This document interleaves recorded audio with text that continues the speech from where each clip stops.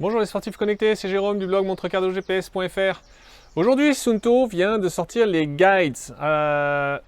Si vous avez une montre Suunto, eh bien c'est une révolution. C'est-à-dire que ça y est, enfin, on va pouvoir programmer des entraînements complexes pour une montre Suunto.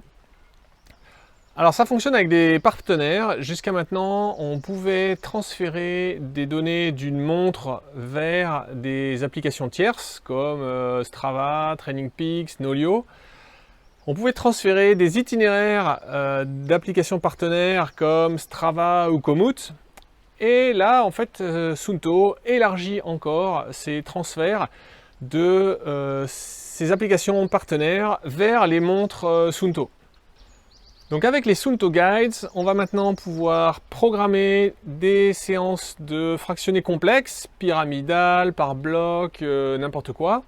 On peut également programmer des entraînements avec des séries, donc des séries de musculation, avec des entraînements de natation, vraiment n'importe quoi. Et puis avec quelques partenaires particuliers, on peut faire des plans de nutrition pour des courses. On peut aussi avoir des indications sur les montées à venir, donc des indications de profil d'altitude sur des courses particulières. Je vous ai présenté tout ça un petit peu plus dans le détail sur le blog, dans un article où je vous présente les 14 partenaires qui fonctionnent dès aujourd'hui, le 29 mars. Et puis, il y aura une ouverture dans les jours qui viennent à 270 partenaires avec l'application Suunto. Dans cette vidéo, je vais vous présenter comment ça fonctionne sur la montre. La première utilisation des Suunto Guides, c'est donc la programmation d'entraînement complexe. Et donc si dans le calendrier de l'application sur laquelle vous avez créé les entraînements, vous avez programmé une séance pour ce jour, eh bien lorsque vous sélectionnerez le profil sportif, vous allez avoir une alerte. Ici, donc, il me propose de réaliser l'entraînement que j'ai appelé Suunto Guides Pyramidal. Ça, c'est un entraînement que j'ai programmé sur TrainingPeaks, mais on peut en programmer sur d'autres applications. Il y en a que j'utilise comme Nolio, il y en a que je n'utilise pas, il y en a que je ne connais même pas. Et donc, toutes ces guides, on va les retrouver dans les options au même endroit que les Suunto Plus. Donc ici, on avait les écrans particuliers Suunto Plus. Maintenant, on a une nouvelle entrée ici, Suunto Guides. Et là, on va retrouver toutes les séances qu'on a. Donc ça, c'est une séance de fractionné que j'ai récupérée sur Iron Club, une séance de musculation d'Iron Club, une autre séance VMA d'Iron Club. Là, c'est une séance que Suunto a créée. Donc Suunto a créé quelques guides pour faire un peu de démo. Suunto Guides Pyramidal, c'est ma séance sur TrainingPeaks. J'ai également une autre séance Suunto, une séance de natation Suunto, une stratégie de course, de nutrition, et ici je me suis fait sur TrainingPeaks de nouveau une petite séance pompe abdos traction. Alors je vous fais deux démos de programmation. La première avec une séance de pyramidale.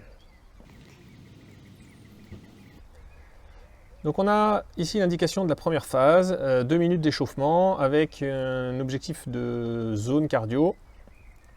Et on a un nouvel écran ici, qui est un écran qui a été conçu par TrainingPeaks, c'est-à-dire que chaque application partenaire va concevoir sa propre mise en page et les données qu'on a affichées. Donc là on a une jauge cardio, on a la vitesse moyenne, la vitesse, enfin l'allure moyenne, l'allure instantanée, l'objectif de zone cardio et la fréquence cardiaque instantanée, le chrono. J'ai configuré lors de ma programmation en séance d'entraînement le fait que je puisse sauter cette phase en appuyant sur le bouton LAP. Et donc je passe ensuite à la phase suivante, 3 minutes, en zone entre 106 et 125, et on déroule ainsi de suite l'entraînement complet.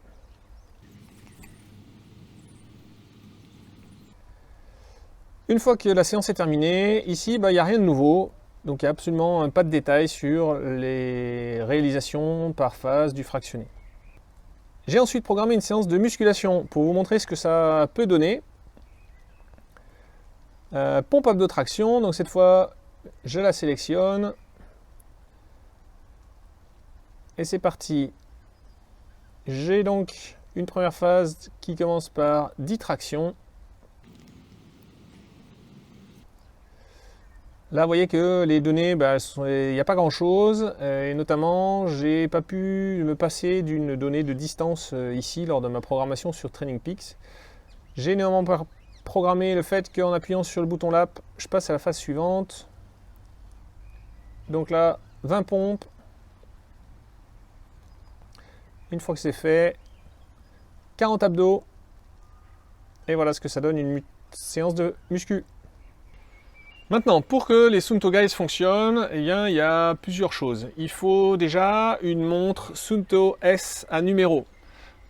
Sauf la Suunto 7. La Suunto 7, elle fonctionne sur Wear OS. Les développements sont complètement différents et donc ça ne fonctionne pas sur la Suunto 7. Et même chose pour les Spartan Ultra, cette fois elles sont trop vieilles et donc elles ne supportent pas les Suunto Guides. Donc même sur les montres relativement anciennes comme cette Suunto 9 Baro premier modèle, il y en a une nouvelle version qui est sortie en 2021, sur la Suunto 5 comme la Suunto 5 Peak, ça fonctionne. Ça nécessite d'avoir mis à jour l'application Suunto, ça nécessite d'avoir relié l'application Suunto avec l'application partenaire que vous vouliez utiliser.